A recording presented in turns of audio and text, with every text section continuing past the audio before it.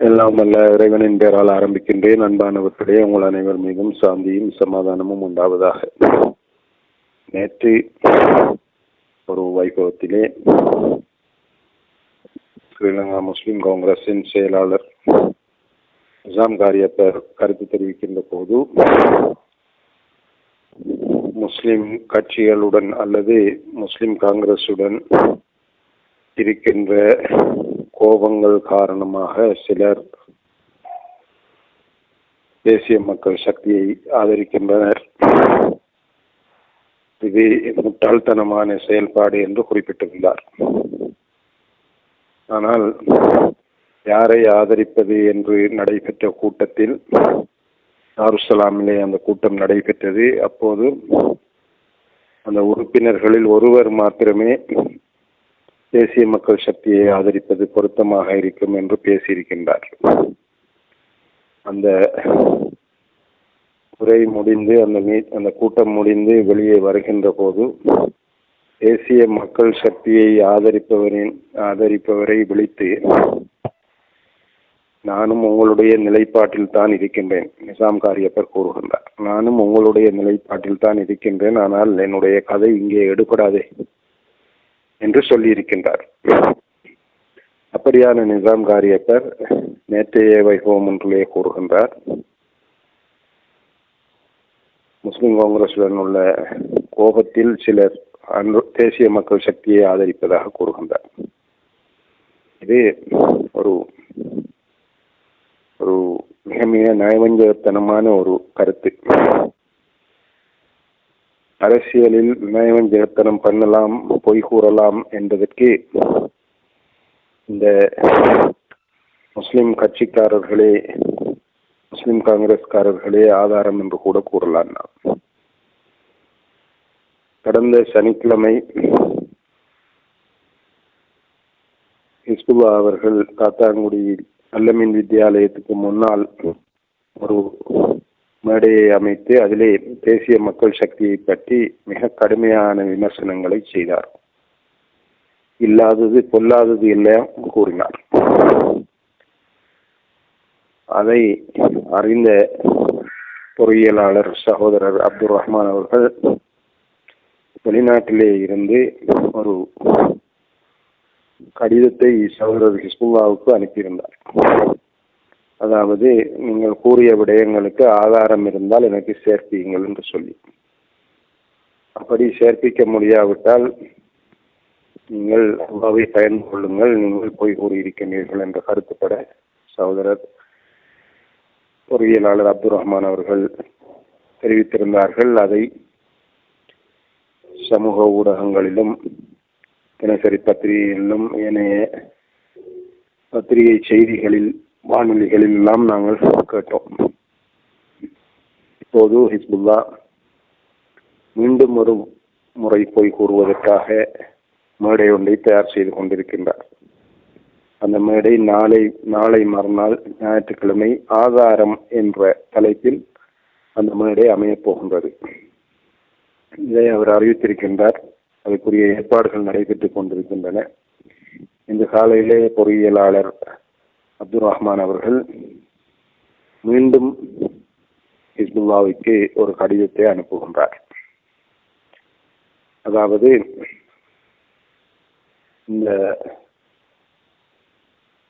நீங்கள் அந்த ஆதாரம் என்கின்ற தலைப்பிலே போட்டிருக்கின்ற அந்த மேடையிலே நீங்கள் உரையாற்றும் போது நானும் அங்கு சமூகம் அளித்திருப்பதற்கு எனக்கு நீங்கள் அனுமதி வழங்க வேண்டும் என்ற கருத்தில் ஒரு கடிதத்தை ஹிஸ்புல்லாவுக்கு அனுப்புகின்றார். இதுவரையில் அந்த கடிதம் கூட ஹிஸ்புல்லாவின் கவனத்திற்கு போய் சேர்ந்திருக்கும். ஆனால் நிச்சயமாக ஹிஸ்புல்லா அந்த அனுமதியை, அதாவது பொறியியலாளர் அப்துல் ரஹ்மான் மேடையில் இருக்கத்தக்கதாக போய் கூறுவதை விரும்ப மாட்டார் என்றுதான் நினைக்கின்றேன். ஏனெனில் அவர் சில ஊடகவியலாளர்களிடம் இப்பொழுதுதான், அதாவது ஆப்படுத்த குரங்கு என்று சொல்லி ஒரு பழமொழி இருக்கின்றது, ஆப்படுத்த குரங்கு போல என்று சொல்லுவார்கள்.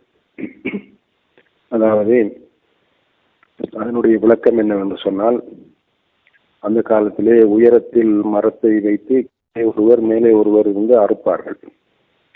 மரம் அறுக்கின்ற போது அவர்களுக்கு ஓய்வு நேரம் தேவைப்பட்டால், உணவருந்துவதற்காக செல்ல வேண்டி ஏற்பட்டால், அந்த மரம் அறுப்பவர்கள் அவர்கள் அந்த மரம் மீண்டும் ஒன்றாக அந்த மரம் அறுக்கும் போது ஒரு சில ஆப்புகளை அந்த இரண்டு பாதிகளுக்கும் இடையில் அடித்து வைப்பார்கள். என்றால் மரம் அறுக்கும் போது வால் இலேசாக ஓடுவதற்காக அவ்வாறு செய்வார்கள். இவர்கள் ஓய்வு பெறுவதற்காக செல்கின்ற போது அந்த ஆப்பை அப்படியே வைத்துவிட்டு அந்த வாளையும் அப்படியே வைத்துவிட்டு சென்று விடுவார்கள். இந்த நேரத்திலே அந்த இடத்திற்கு வருகின்ற குரங்குகள்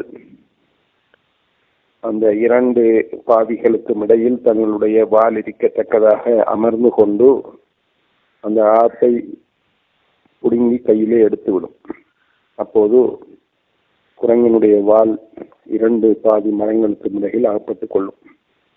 இப்போது வாளை கழட்டி கொள்ள முடியாத ஒரு அவஸ்தை குரங்குக்கு ஏற்படும். இதைத்தான் ஆப்பெடுத்த குரங்கு என்று சொல்வார்கள். அதே போல்தான் சகோதரர் ஹிஸ்புல்லா அவர்களுடைய நிலைமை. அவர் வீணாக போய் மாட்டிக்கொண்டார்.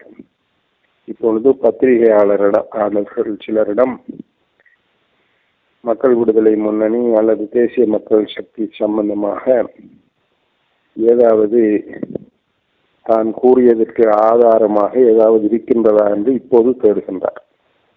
ஆதாரம் இல்லாமல் பேசிவிட்டு இப்போது பத்திரிகையாளர்களிடம் கேட்கின்றார், ஏதாவது ஆதாரம் இருந்தால் தாருங்கள். அதாவது நான் ஆப்பை பிடுங்கி விட்டேன், இப்போது அந்த ஆப்பை மேல அடிக்க வேண்டிய அவசியம் இருக்கின்றது, அப்போதுதான் என்னுடைய வாளை நான் அந்த மரங்களுக்கு இடையிலிருந்து கழட்டி எடுக்க முடியும் என்ற கருத்துக்கு அமைவாக சகோதரர் ஹிஸ்புல்லா அவர்கள் தற்போது ஒரு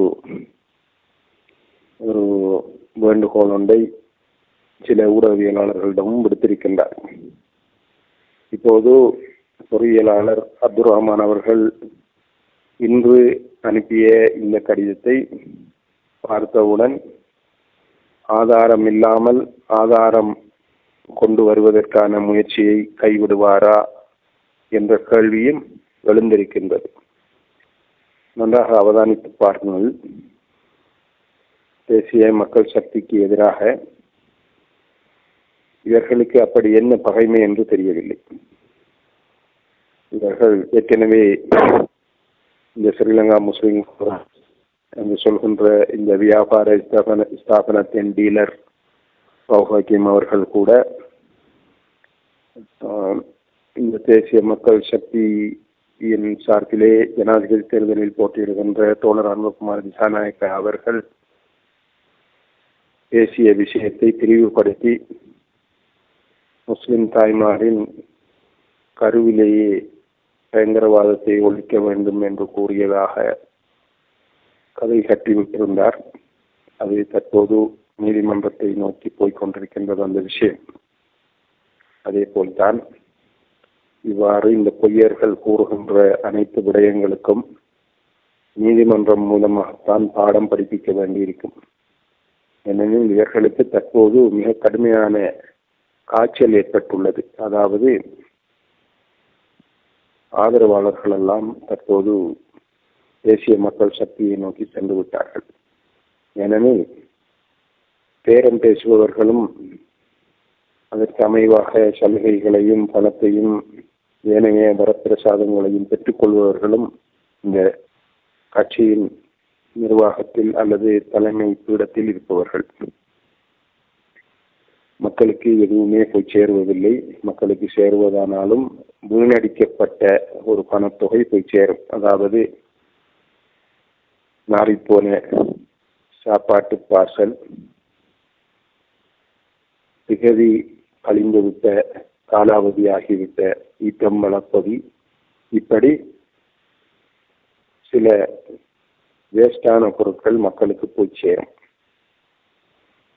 சில பகுதிகளில் சாராய போத்தல்கள் இஷ்யூ பண்ணுவார்கள். இப்படி இந்த பணம் ஆக குறைந்தது ஒரு மக்களின் கஷ்டத்திற்கு உதவுகின்ற வகையில் செலவிடப்பட்டாலும் பரவாயில்லை, மக்கள் இவர்களது தாளத்துக்கெல்லாம் நடனம் ஆடுவதற்கு. இவர்கள் இந்த பணத்தை ஒரு பகுதியை, பெரும்பகுதியை தங்களுடைய சேமிப்பிலே வைத்துக் கொண்டு ஒரு பகுதியை வீணடிக்கின்றார்கள்.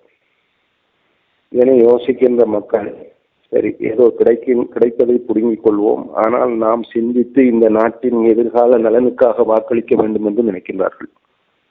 இந்த நாட்டின் எதிர்கால நலனுக்காக வாக்களிக்க வேண்டும் என்று சொன்னால் அது தற்போது போட்டியிடுகின்ற வேட்பாளர்களில் தேசிய மக்கள் சக்திக்குத்தான் வாக்களிக்க ஆக வேண்டும் என்ற எண்ணத்தில் மக்கள் அலை அலையாக தேசிய மக்கள் சக்தியின் பக்கம் சென்று கொண்டிருக்கின்றார்கள். நாளுக்கு நாள் இந்த முறை நாட்டில் ஒரு மாற்றம் ஏற்படுவதற்கான சகல வாய்ப்புகளும் வசதிகளும் தென்படுகின்றன. எனவே இன்னும் சிந்தித்துக் கொண்டிருப்பவர்கள் கூட தங்களுடைய பொன்னான வாக்குகளை தேசிய மக்கள் சக்தியின் திசை காட்டி சின்னத்திற்கு வழங்கி தோழர் ஆனந்தகுமார் திசாநாயக்கா அவர்களை வெற்றி பெறச் செய்து இந்த நாடு வளம் பெற உதவுமாறு கேட்டு விடைபெறுகின்றேன். நன்றி.